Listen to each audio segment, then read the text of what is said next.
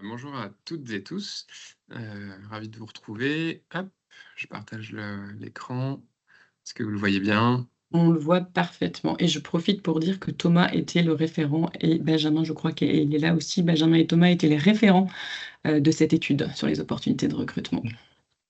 Alors, la genèse en fait de l'étude, et n'hésitez pas à me corriger, mais c'était de se dire comment on réfléchit en dehors du paradigme de recrutement tout ingénieur, dans lequel soit certaines entreprises vont se retrouver, soit on peut imaginer en fait que les entreprises de l'ingénierie sont. Sauf que on sait que ces jeunes diplômés sont très recherchés dans l'économie de manière générale.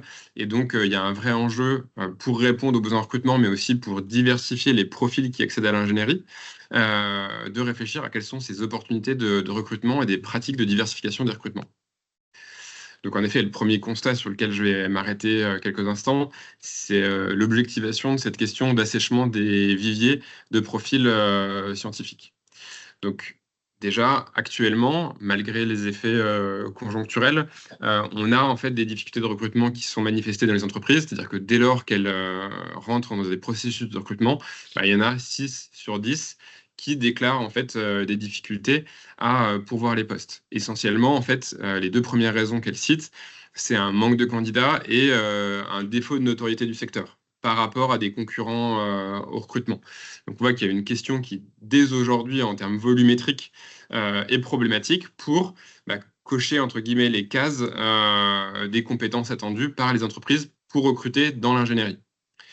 Ce qu'on peut constater aussi, c'est que cette difficulté, elle est relativement généralisée, puisque dans les métiers qui présentent des difficultés, quand on les classe en fait par ordre, on constate en fait que on a autant des métiers qui sont classiquement en fait recrutés à bac+2/3 ou à partir de bac+2/3, et on a des métiers qui sont classiquement à bac+5. Donc les bac+5 étant en violet dans l'illustration de droite et les bac+2/3 en rouge.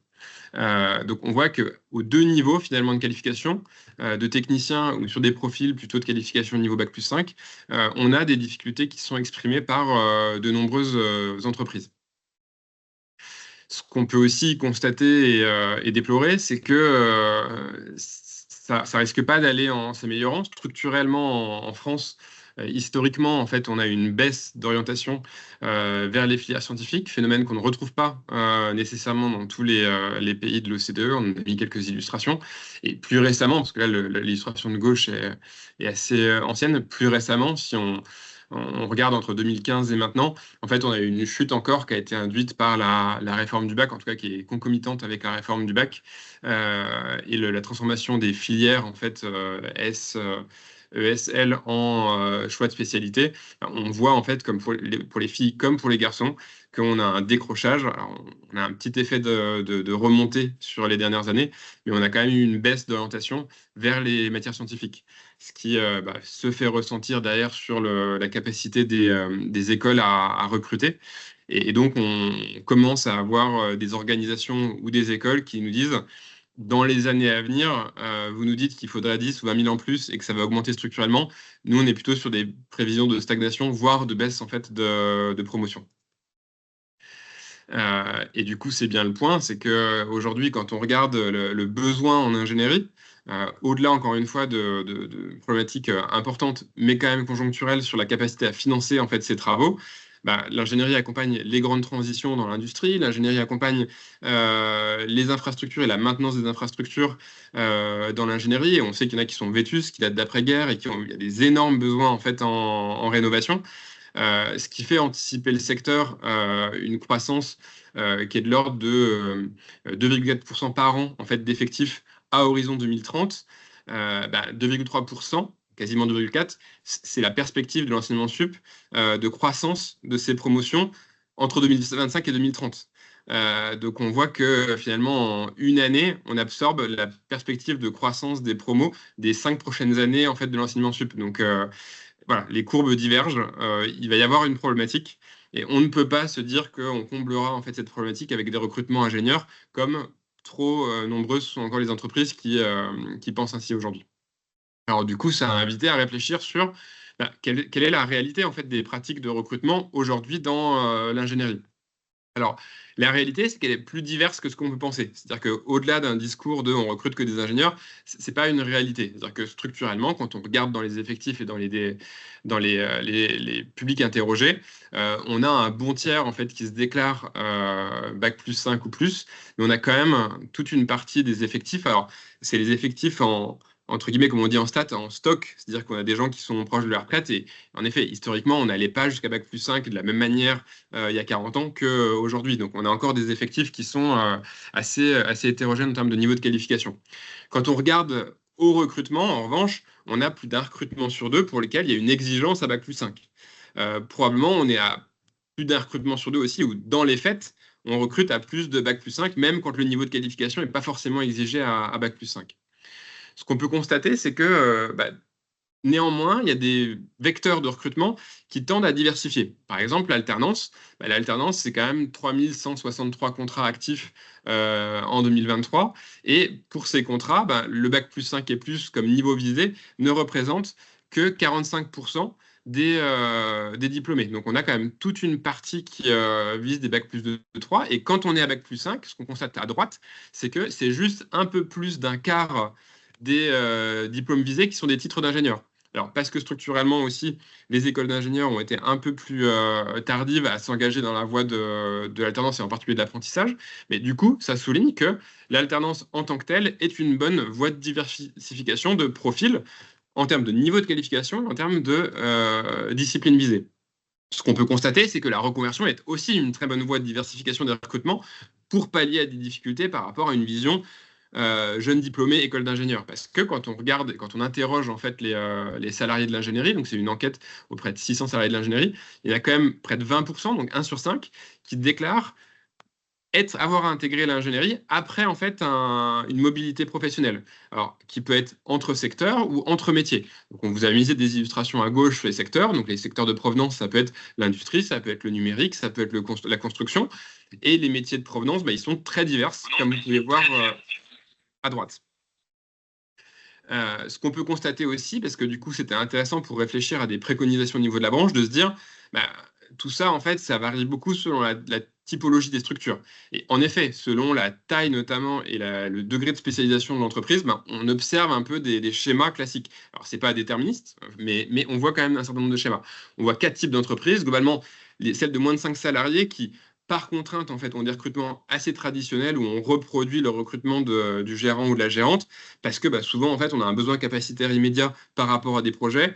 On a une capacité à accompagner la montée en compétences qui est plus restreinte et donc on va recruter un peu sous le même format que la formation initiale qui est connue dans l'entreprise. On a des entreprises qui ont une forte culture d'ingénieurs. Donc là, c'est typiquement des plus grosses structures qui, pour le coup, ont un parti pris fort de dire nous, c'est bac plus 5 et idéalement, c'est ingénieur. Et là, on a en gros 80% d'ingénieurs et 20% de non-ingénieurs. Donc là, il y a une culture en fait qui est structurée autour de ça. Parfois, c'est autour de certaines écoles, mais on a un recrutement qui est un peu stéréotypé dans ce type-là.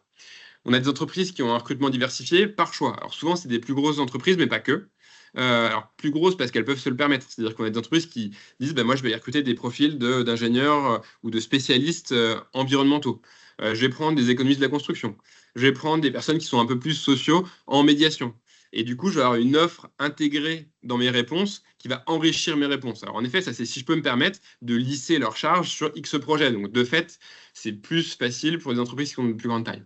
Et puis ensuite, j'ai des entreprises qui sont assez spécialisées ou très spécialisées qui, par exemple, vont travailler dans, je sais pas, l'ergonomie ou l'acoustique. Et là, elles sont sur un territoire en fait dans lequel les lieux de formation spécialisés qui voudraient en fait sont un peu loin. Et donc, par contrainte, ils vont étendre en fait leur champ de recrutement à d'autres cursus. Et en effet, quand on regarde dans les cursus sur lesquels les entreprises déclarent vouloir aller au-delà de formation d'ingénieur, c'est assez diversifié en fait. C'est le graphe que vous avez à gauche. Et donc ça, c'est un peu toutes les disciplines où ils disent, c'est vrai qu'à l'avenir, on pourrait, si on n'arrive pas à recruter, aller vers ces disciplines-là. Et donc ce qu'on a fait, nous, c'est de regarder concrètement, en fait, au regard des alternances que vous mobilisez et au regard en fait des volumes de personnes formées par diplôme, quels étaient tous les diplômes par discipline qui sont des bons terreaux de recrutement pour l'ingénierie. Alors, c'est intéressant parce que ça peut donner des idées aux entreprises pour le recrutement. C'est intéressant pour les salariés pour montrer que il y a toute cette diversité en effet de profils qui peuvent intégrer l'ingénierie, qui sont déjà aujourd'hui dans l'ingénierie. Et puis, c'est intéressant au niveau de la branche pour se dire, ça, c'est des cursus avec lesquels il est vraiment intéressant d'aller travailler. On a fait le même exercice sur des diplômes à niveau Bac+5 parce que le même raisonnement vaut. En se disant, finalement, voilà un peu là où les entreprises nous disent vouloir aller. Et puis, quand on regarde sur chacune de ces disciplines-là, voilà les masters qui semblent intéressants parce que territorialement, ils sont assez étalés sur la France et en termes de volume, il y a un volume intéressant, important, et du coup, ça vaut le coup d'aller se faire connaître, voire d'aller teinter en fait ces formations avec une dimension ingénierie. Derrière, ce qu'on dit, c'est qu'on parle beaucoup de recrutement, mais le meilleur recrutement, c'est celui qu'on ne fait pas parce qu'on garde les salariés chez nous. Donc c'est de dire comment, en fait, derrière, on garde, comment on fidélise, ce qui est vraiment le corollaire absolu à la question du recrutement. Donc déjà, quand on pose la question de d'ici 5 ans, est-ce que vous, salariés de l'ingénierie, vous pensez rester, on en a en gros 3 sur 4 qui nous disent oui, je vais rester dans la même entreprise, et on en a 9 sur 10 qui nous disent moi, je pense rester dans l'ingénierie, pas nécessairement dans la même entreprise, mais globalement dans l'ingénierie, dans les métiers de l'ingénierie. Quand on leur dit pourquoi, ce qui souligne, et c'est intéressant en termes de marque branche, de marque employeur, d'action de promotion des métiers, ce qui valorise, c'est donc l'autonomie, une rémunération qui est attractive par rapport à d'autres métiers dans l'économie, un niveau de responsabilité sur les missions, sur les projets qui leur sont confiés, et puis une diversité globalement de terrains d'exercice, de secteurs d'application, de types de projets qu'ils trouvent enrichissants. Maintenant, ce qui est important, c'est aussi de demander du coup, mais quelles sont aussi les raisons qui feraient en fait que vous pourriez partir? Quelles sont des motivations qui feraient que vous pourriez quitter le secteur? Alors vraiment, la première reste la rémunération et les avantages annexes à la rémunération, donc les congés, des avantages en nature, etc. C'est le premier item qui est choisi et le quatrième item par les salariés qui disent pouvoir vouloir changer d'entreprise ou de secteur. Sinon, c'est la possibilité d'accéder à des postes dans lesquels je vais avoir une promotion ou à des nouvelles missions dans lesquelles je vais m'enrichir et que mon entreprise, à date, n'est pas en capacité de me proposer.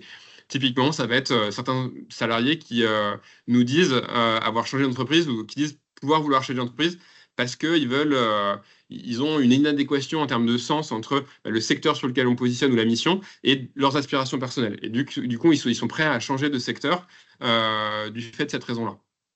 Alors, une fois qu'on s'est dit tout ça, donc il y a des défis, il y a des leviers potentiels. Qu'est-ce qu'on peut faire en tant que branche? Alors déjà, si on résume en fait les enjeux, avec le comité de pilotage, on a distingué 5 enjeux importants.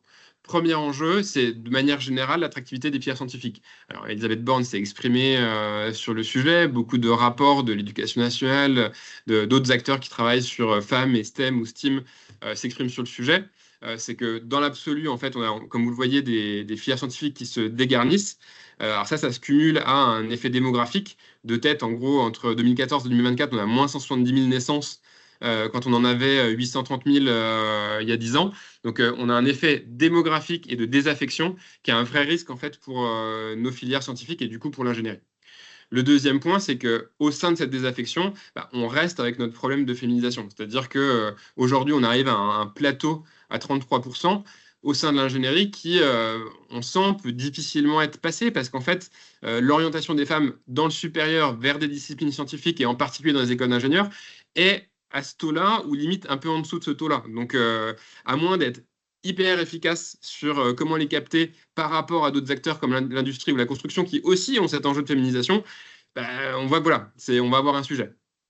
Troisième point, les TPE-PME.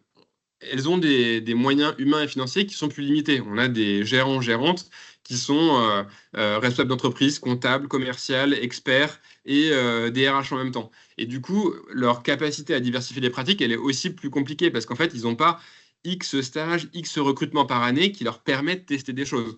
Ils n'ont pas non plus un temps extensif pour aller rencontrer les écoles, voir les différents acteurs. Donc on voit qu'ils ont un besoin encore plus prégnant de comment on diversifie. Quatrième enjeu, c'est les clients en fait. C'est que un certain nombre d'entreprises nous disent oui, mais parfois même si on veut diversifier, on a des clients qui ont aussi un schéma stéréotypé d'achat de prestations où ils nous demandent un niveau Bac+5, voire telle ou telle école. Et du coup, il y a une contrainte un peu externe. Et cinquième enjeu, C'est la reconversion. On voit que finalement, c'est loin d'être anecdotique, 20%, et que pour autant, c'est pas forcément peut-être un levier conscientisé de se dire comment on va chercher en fait des profils, parfois dans des secteurs qui sont en difficulté, parfois dans des secteurs pour lesquels il y a des atouts spécifiques de l'ingénierie à mettre en avant. Et du coup, par rapport à ça, il y a 6 actions qui ont été proposées. La première, c'est de continuer déjà l'action qui est menée avec l'Opco Atlas sur la promotion des métiers, et notamment au collège. Certains nous ont dit, voilà, au lycée, ils sont déjà dans des schémas, ils sont dans des injonctions d'orientation, etc. En quatrième, par exemple, ils n'ont pas de choix à faire à la fin de l'année. C'est des bons moments pour aller leur présenter des métiers, leur montrer des choses concrètes et changer leur représentation sur ce que c'est qu'en fait la science, l'ingénierie et son rôle dans la société. Deuxième point, là, il est plus politique, c'est de dire on a au niveau de la branche un fort intérêt à soutenir l'alternance et l'alternance dans le supérieur. On l'a vu par exemple au 1er juillet avec le reste à charge pour les diplômes Bac+5 et au-delà. On ne peut pas en fait être schizophrène en fait du côté de l'État et dire on veut plus de jeunes qui vont dans les sciences et dire on se coupe en fait du vivier en fait alternance et sciences. L'alternance, c'est un vrai levier de promotion sociale dans ces cursus-là. Et du coup, en fait, la branche, on considère qu'en fait, elle devrait avoir des éléments de plaidoyer et de structuration encore qui continuent dans l'alternance. Donc, c'est vraiment un levier à soutenir.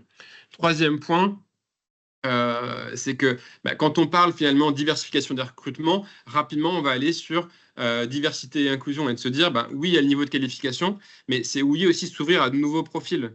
Et du coup, c'est des profils qu'on recrute moins. Alors, on a parlé des femmes, mais ça va être aussi les questions d'univers sociaux vers lesquels on va s'orienter pour promouvoir ces formations-là. Ça va être des publics comme les publics en situation de handicap. Et ça, on voit que par rapport à parfois, en fait, dans un certain nombre d'entreprises, des comportements un peu stéréotypés de recrutement, il n'y a pas forcément la conscience aussi par les processus de recrutement qu'on a, de fait, en fait, on exclut les femmes et plein d'autres publics. Donc là, en fait, quand on était en atelier, quand on était avec les entreprises, on voyait qu'il y a un besoin de sensibilisation et d'accompagnement, d'outillage en fait, sur ces sujets-là. Quatrième sujet, je vous ai illustré en fait des diplômes concrets sur lesquels il y a du volume, ils sont répartis sur le territoire et c'est des choses où vous allez déjà recruter en dehors des ingénieurs. Là, il faut engager le dialogue avec eux, en tout cas, ou le renforcer. Et là, c'est se dire comment, en fait, sur ces quelques cursus qu'on choisit, comment on développe avec le responsable des licences en France, avec le responsable des masters sur sur le génie civil ou sur je ne sais pas quel sujet qu'on choisit. C'est comment en fait on développe la relation avec des modules, avec des actions de promotion, avec des actions dans les forums, etc. Cinquième point, les petites entreprises nous disent moi, je n'ai pas le luxe en fait d'aller regarder tout ce qui fait sur mon territoire. Parfois, peut-être qu'il y a un truc qui se fait à 30 km, mais sincèrement, je ne le sais pas. Et si en fait mes pairs me disent pas voilà ce qui existe, je ne vais pas penser en fait à aller me présenter ou à aller recruter ou à aller rencontrer en fait les profs de ces cursus-là. Et du coup, si j'avais une cartographie un peu locale et des limites, des recommandations des autres acteurs de la région sur les cursus sur lesquels ils recrutent, ça m'intéresserait. Et dernier point, on voit que la reconversion, c'est un vrai sujet, mais que souvent, c'est un peu par opportunisme. Ce n'est pas forcément une démarche proactive des entreprises. Et pourtant, ça pourrait bénéficier à plein de salariés qui pourraient tirer profit à être intégrés dans l'ingénierie. Donc, on voit qu'il y a partie lien entre les salariés et les employeurs. Et du coup, il y a probablement une étude, là, pour le coup, à mener pour regarder vraiment quelles sont les pratiques, quelles sont les limites, quels sont les cursus d'intégration qui sont mobilisés et comment, en fait, territorialement, on peut essayer d'accompagner ou de travailler sur ces questions de POE, de parcours. On va parler je ne sais plus quel est le nouveau parcours sur la reconversion professionnelle de l'ANI de juillet, mais voilà, on voit que la reconversion, ça va être un sujet en interpro, ça va être un sujet dans la branche, c'est un sujet dans l'ingénierie, mais ça demande à être réfléchi, à être objectivé, quoi. Voilà un peu les points sur lesquels, en 20 minutes, je pourrais revenir pour laisser la place aux questions, mais peut-être qu'Adeline voudra animer ce temps. Merci beaucoup, Sébastien. Non, c'est parfait. Là, du coup, les questions sont à vous.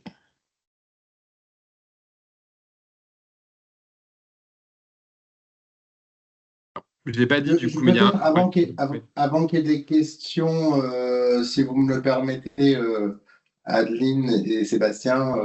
D'abord, dire bonjour à toutes et à tous. Je suis Thomas Clochon, je travaille au sein de Syntec Ingénierie et j'ai eu l'honneur d'être, pour représentant de l'OPIEC, membre du comité de pilotage de cette étude, d'avoir suivi cette étude. Nous avons suivi avec nos collègues de Sinov cette étude parce qu'on identifiait bien que nos adhérents, nos entreprises avaient ce besoin-là de caractériser au fond où est-ce qu'on peut répondre à des besoins en compétences quand il y a des situations de pénurie. Est-ce que parfois on n'embauche pas des ingénieurs sur des fonctions où on n'a pas forcément besoin d'un ingénieur, etc. Et donc c'était l'objectif, hein, l'intention de cette étude était de poser tout ça à plat et voilà donc ce que Sébastien a fait avec brio et qui vous a restitué. Et nous on espère bien, en tout cas en tant que branche, on espère bien, et c'est bien l'intention qu'on a, c'est de permettre à ce que cette étude puisse objectiver les éléments de discussion vis-à-vis donc des écoles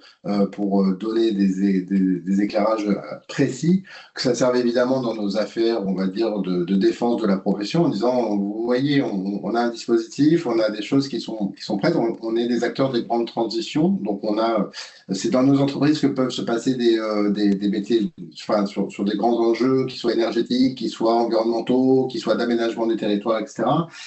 Donc on est en train de se préparer. Voilà. Par contre, on va avoir un sujet, bon, qui est un sujet aujourd'hui de stabilité, mais plus largement un sujet de visibilité sur l'activité de nos entreprises. Donc on a l'intention en tant qu'organisation, je parle pour Syntec Ingénierie, mais je pense que sinon pourra partager, on a bien l'intention de dire qu'on a besoin, pour défendre l'ingénierie, on a un plan sur les compétences, mais il nous faut un peu de stabilité actuellement.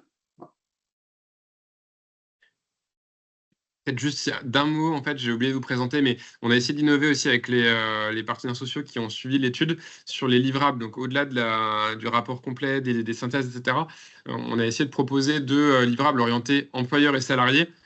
Un, pour essayer d'accompagner cette question d'acculturation à la nécessité de diversifier les profils de recrutement du côté employeur.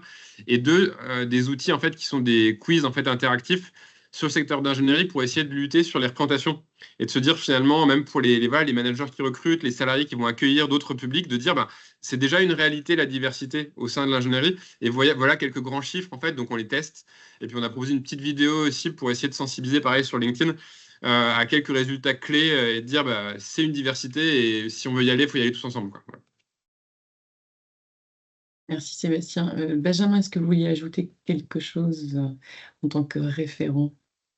Non, pas. Enfin, non. Je rebondis juste sur le fait qu'effectivement, on soit se retrouver avec une sorte de ce que vous avez montré, Sébastien, tout à l'heure, c'est-à-dire qu'en fait, ce fameux palier par rapport à la demande, donc on se retrouve. Et c'est vrai qu'effectivement, je trouve ça relativement quand même inquiétant, la corrélation, la demande par rapport à ce qui peut être fourni. Et donc, même s'il y a les fameux 20% où il y a une sorte de mobilité qui pourrait se faire, ouais,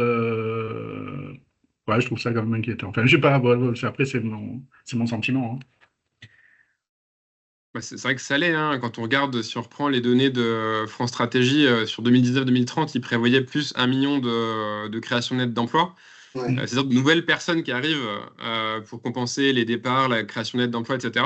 Et quand vous regardez les courbes de naissance, alors c'est pas ceux qui vont entrer sur le marché du travail demain, mais quand on se dit moins 170 000 naissances sur 820 000 naissances en 2014, c'est colossal. Et les gens qui, par exemple, dans le BTP, recrutent à des CAP, etc., nous disent on le voit déjà. On voit déjà en fait baisser les volumes. Et comme en plus on a une inflation de formation, quand vous avez 24 000 formations sur Parcoursup et une concurrence qui se développe largement, oui, de fait, il y a quand même une urgence à se dire comment on fait. Et comment on attire d'autres publics, comment on les intègre, etc. Et c'est un enjeu sociétal aussi d'accompagnement d'autres publics.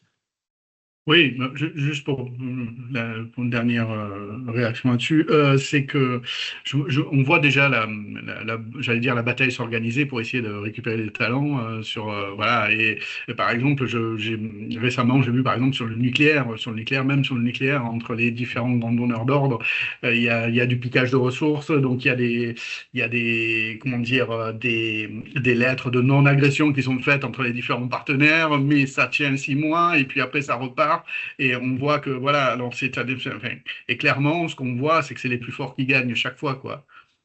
très souvent dans cette bataille-là. Et je pense aux petites ingénieries qu'on connaît même localement, et on se pose toujours la question de savoir comment ils vont pouvoir tenir le choc, parce que malheureusement, ils ne peuvent pas offrir les mêmes choses que les grands donneurs d'ordre nucléaires, par exemple, ou même les capitaines de l'industrie. On voit aussi que ils ont la possibilité justement de faire attirer des talents en offrant des offres complémentaires, que ce soit sociales ou même purement financières, et que les petites boîtes peuvent pas s'aligner là-dessus, quoi, clairement. Et j'ai quand même une certaine crainte là-dessus, quoi. J'ai une crainte là-dessus, voilà. C'était Merci Benjamin. pour l'intervention. On a François puis André qui souhaitait prendre la parole. François, c'est à vous. Oui, vous m'entendez? Bonjour. Oui. Donc, je suis mandaté à la CPRFP des Hauts-de-France et on a eu une réunion pas plus tard que lundi à laquelle on a voté un projet qui s'appelle Aller les filles, qui va permettre de faire une communication auprès des collégiennes de 3e afin de les orienter vers la filière scientifique et technologique. Parce que après, c'est en seconde et en première qu'ils choisissent déjà leurs orientations. Et donc, on a voté pour ce projet qui va consister en 6 sessions de communication auprès des collégiennes avec des intervenantes directement dans les collèges. Voilà. Donc, c'est voilà, faut prévoir très tôt en fait pour orienter après vers les bonnes filières. Voilà, c'est tout. Merci pour la restitution en fait, en tout cas de votre étude. Je suis arrivé un petit peu en retard, désolé, mais ça va. J'ai réussi à reprendre le fil. Bonjour Jean-Christophe Galissian, également CPRFP mais la PACA, et on a eu une réunion lundi au cours de laquelle on a parlé de ces sujets-là. Je suis tout à fait preneur des détails sur ce que tu viens de décrire pour l'Île-de-France. C'est pour les Hauts-de-France. Pour les Hauts-de-France. Alors j'ai Ouais. entendu que France, qui était l'essentiel, mais... Là, en fait, lundi, on a parlé du projet, donc c'est le président qui nous a présenté le projet, donc on a voté pour, et là, après, les détails, je pourrais essayer de vous les fournir quand je les aurai, quoi, pour l'instant, mais en gros, c'est de faire des communications auprès des collégiennes, donc sous la forme de communication informatique et papier, et puis de faire des réunions d'information auprès des élèves et des parents. Parce que c'est les parents aussi qui décident de l'orientation de leurs enfants, souvent. Donc faire des réunions soit le soir après les cours ou le samedi matin, par exemple, dans les collèges. Ouais, c'est tout à fait l'esprit dans lequel on a échangé aussi Voilà. ce lundi. Voilà, très bien, je suis preneur de ces informations, comme tu en disposeras. Ok, ça marche. Je vais garder la Teams sous le coude, comme ça je le publierai dessus. Sébastien voulait commenter ces biais-là qu'on avait retrouvés dans l'étude dès le collège, voire Ouais, même non, au primaire. Après, j'ai une casquette aussi orientation, donc je ne peux que partager. Et je trouve hyper intéressant que vous pensiez aux parents, parce que quand bien même, voilà, c'est l'enfant qui en théorie choisit son parcours et le parcours à venir, la plateforme à venir est construite comme ça. Les parents ont bien entendu un rôle prépondérant en fait dans l'orientation, et c'est souvent un peu le parent pauvre en termes d'information.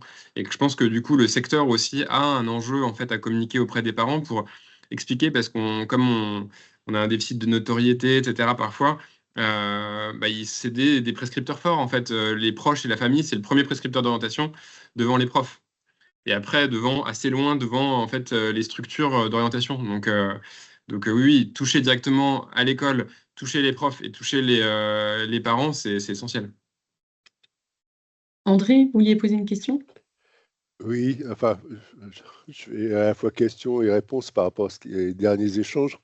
Je confirme, là, dans le Grand Est, on a mené une action justement qui a permis de mettre en lien, et effectivement, le fait qu'il y ait la possibilité d'associer les parents avec les élèves, avec des outils interactifs qui avaient été mis en place, ça a permis de faire une accroche je dirais plutôt positif, d'où l'intérêt de sauvegarder nos budgets pour qu'on puisse continuer à maintenir ce genre d'action, ce que j'essaye de faire pour la dernière partie de mon mandat.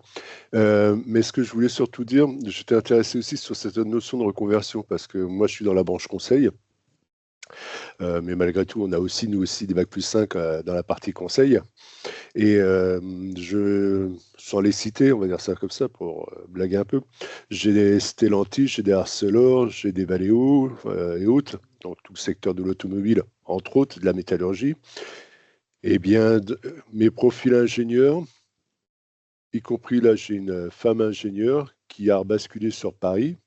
Eh bien, elle a un mal fou à trouver une opportunité, alors qu'elle est chef de projet industriel. Eh bien, entre guillemets, ça coince. Alors, d'un côté, j'entends qu'on a des besoins, des demandes. Sur la partie informatique, avec Neige, Numérique Emploi, petit clin d'œil au Syntec, eh bien oui, on a un petit peu plus d'ouverture parce que sans parler de l'IA, c'est des choses qui sont porteurs, entre guillemets, à la date d'aujourd'hui. Mais sur cette partie, par exemple, moi je serais intéressé sur la partie reconversion dans la partie ingénierie, et je reprends mon terme, ingénierie, métallurgie, construction automobile. Les gens que j'aurais, c'est comment leur construire et comment ils peuvent s'intégrer sans expérience officielle. Parce que c'est un peu comme on parlait de l'alternance. Je me bats de plus en plus et de trop régulièrement d'ailleurs avec des entreprises où finalement ils veulent déjà des alternants expérimentés et entre guillemets formés. Donc quand on est obligé de leur rappeler qu'ils viennent justement pour se former, acquérir, développer des compétences, voilà, il y a une espèce d'ambiguïté qui est en train de se créer au niveau du marché et ma métallurgie, ils auraient bien besoin de trouver des passerelles à travers, je reprends la terme, la notion de reconversion auquel j'adhère complètement, mais voir comment le créer, comment le mettre en place et soutenir, surtout j'ai mes budgets financement qui sont de plus en plus réduits. Donc, alors pour le clin d'œil, une partie de ma métallurgie est partie chez Engie, par exemple. Ils se sont fait débaucher pour aller intégrer Engie, qui va les reformater et qui a prévu, je dirais, je reprends mon terme, cette partie budgétaire pour cette partie reconversion. Donc nous, au niveau de la branche, voir un petit peu comment on pourrait collaborer tous ensemble, puisqu'on a commencé à utiliser, y compris dans mon propre groupe, la notion de... Parce qu'on parlait de développement durable, alors ça vient de me traverser l'esprit. J'ai aussi, chez Stellantis, un certain nombre qui ont pu basculer vers des entreprises avec leur parcours vraiment automobile et ingénierie, vers la partie développement durable. Donc c'est pour ça que je vois, il y a des portes qui s'en trouvent un petit peu à droite et à gauche, mais c'est vraiment sur la partie accompagnement, transformation et atteindre ce niveau, puisque effectivement c'est la porte d'entrée, elle bascule de plus en plus vers un bac+5 qui devient une espèce de standard. Ils n'ont pas tous, quand ils sont en reconversion, la possibilité de basculer immédiatement sur ce type de niveau. Et puis effectivement, les jeunes filles, pour garder cette expression, c'était bien là au niveau de la rencontre avec les parents pour leur montrer qu'effectivement, c'est pas un milieu fermé, c'est pas uniquement un univers masculin et qu'elles ont toute leur place dedans. D'où le fait que quand après elles ont quelques difficultés à intégrer le marché, voilà, d'où mon interrogation entre les demandes, les fameuses courbes, et puis cette difficulté à basculer d'un univers à l'autre. Mais bon, je laisse la parole. Sébastien. Ouais, non, mais en 2 mots, en effet, c'est vrai que je pense que les transitions professionnelles, les reconversions, c'est essentiel parce que c'est un vrai vivier potentiel de recrutement. C'est un enjeu social au niveau d'un territoire.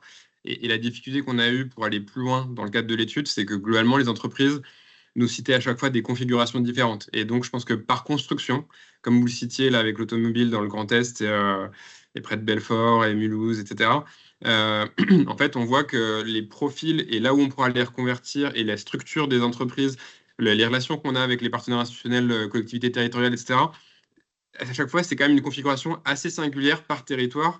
Et je pense que du coup, il y a une méthode probablement dont il faudrait se doter pour regarder comment adresser ça en fait du côté de l'ingénierie par territoire. Et vous citiez la métallurgie. Alors après, ils ont des outils aussi. Ils ont leur pôle formation UMM, ils ont des représentations départementales, etc. Mais voilà, je pense qu'en tout cas, collectivement avec le COPIL et ça, on portait la conviction, c'est pour ça qu'on l'a mis dans les préconisations, que il y a probablement en fait une analyse à faire sur comment on s'y prend sur un territoire pour organiser ça et animer ça. Et on n'aura pas une réponse en fait homogène sur l'ensemble national, etc. Et il faut bien regarder comme ça sur quelques territoires et plutôt après communiquer aux autres territoires, aux autres délégations régionales pour se dire, bah voilà, à vous derrière de prendre le relais, mais c'est bien une animation territoriale en fait. Merci beaucoup, Sébastien. Nous avons Abdoulaye qui souhaitait intervenir. Oui, alors, bonjour à tous. Non, oui, alors, bon, juste quelques mots aussi pour déjà saluer aussi le travail d'Olesio sur cette étude, qui du coup, l'ensemble du COPIL a trouvé quand même c'était une étude de bonne facture, hein, de qualité, qui effectivement nous apporte quand même des enseignements assez instructifs et bien fournis, bien documentés. Donc, en tout cas, ayant participé au suivi des travaux, effectivement, je ne peux que le saluer. Et puis ce que je trouvais, alors c'est vrai que on augure quand même des perspectives qui peuvent paraître négatives, enfin, un peu compliquées dans les années à venir en ce qui concerne effectivement le volume global d'étudiants potentiellement entrant dans la profession. Mais si on doit regarder du rayon des bonnes nouvelles, c'est que finalement l'étude nous apprend ou nous confirme que finalement n'importe quel type de profil peut trouver sa place, peut trouver effectivement une configuration qui lui convient, que ce soit dans une structure, dans une grande agglomération ou alors dans des territoires un peu plus, voilà, un peu plus isolés, que ce soit une entreprise de taille moyenne, une petite structure, sur des spécialités de niche ou alors dans des groupes plus importants avec des perspectives d'évolution. Donc, ce qu'on peut quand même souligner, c'est que globalement, au niveau de la profession, on a quand même des arguments d'attractivité assez importants. Et voilà, il s'agit simplement après de trouver le bon matching, voilà, de s'adresser aux bonnes cibles pour minimiser en fait les efforts et maximiser le potentiel de recrutement. Donc, s'adresser aux bonnes cibles. Donc, d'où le travail de cartographie des écoles aussi. Peut-être il y a des bonnes cibles à identifier. Voilà, les bons profils d'étudiants aussi pour les proposer les configurations adéquates. Voilà. Donc ça, c'est en gros quelques mots aussi positifs, voilà, sont des enseignements que l'étude nous apporte. Voilà. Merci. Merci Abdoulaye. D'autres questions, d'autres interventions? Oui, nous avons Jean-Christophe. Ah non, qui nous envoie un message, pardon. Alors, je lis la dernière reconversion dans mon entreprise et celle d'une ingé de Centrale Marseille recrutée en sortie d'école en 2018, dont le travail est très apprécié et qui a depuis une carrière très intéressante, qui devient désormais professeur de physique dans l'enseignement public. Attention donc aux effets boomerang d'un discours trop volontariste sur les possibilités de reconversion.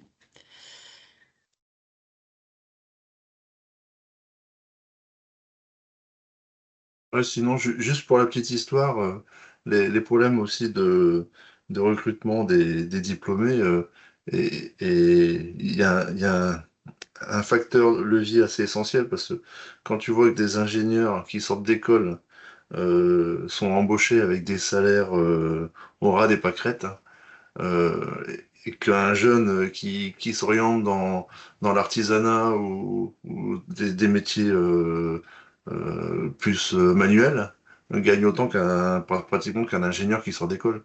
Donc bon, voilà. Avant, les ingénieurs avaient comment dire, un niveau de vie bien supérieur aux classes manuelles, et c'est plus vrai maintenant. Voilà. C'est juste pour la petite histoire. Et puis, il y a des secteurs aussi, comme tout ce qui est graphisme, etc., là, qui sont dans la. Il y a des graphistes qui sortent d'école qui trouvent pas de boulot, parce qu'ils sont concurrencés par l'IA. Par exemple, je sais qu'il y a une école à Lille qui s'appelle Eficom. Il y a 50% des étudiants qui sortent de Master 2 qui n'ont pas trouvé de boulot plus d'un an après. Donc bon, voilà, il y a des problèmes quand même de fond. Il y a quand même une crise économique, je pense. Donc je ne sais pas si l'étude a bien pris en compte ce genre d'éléments, quoi. Ce que je disais, du coup, après, il y a vraiment le côté conjoncturel et structurel. C'est-à-dire qu'on peut avoir, en fait, à un moment, en effet, une crise. Si vous regardez la courbe, en fait, des effectifs de l'ingénierie depuis 2007, donc il y a eu un certain nombre de crises depuis. En fait, structurellement, en fait, ça a toujours été en croissance. Je crois que c'est 4% ou 5% de croissance nette. Donc oui, il y a des moments où on va avoir des creux, mais peut-être le message, c'est aussi attention ne pas agir, en fait, à ce moment-là, parce qu'en fait, il y a un moment où hop, ça va repartir et tout le monde va dire ah, attention, etc.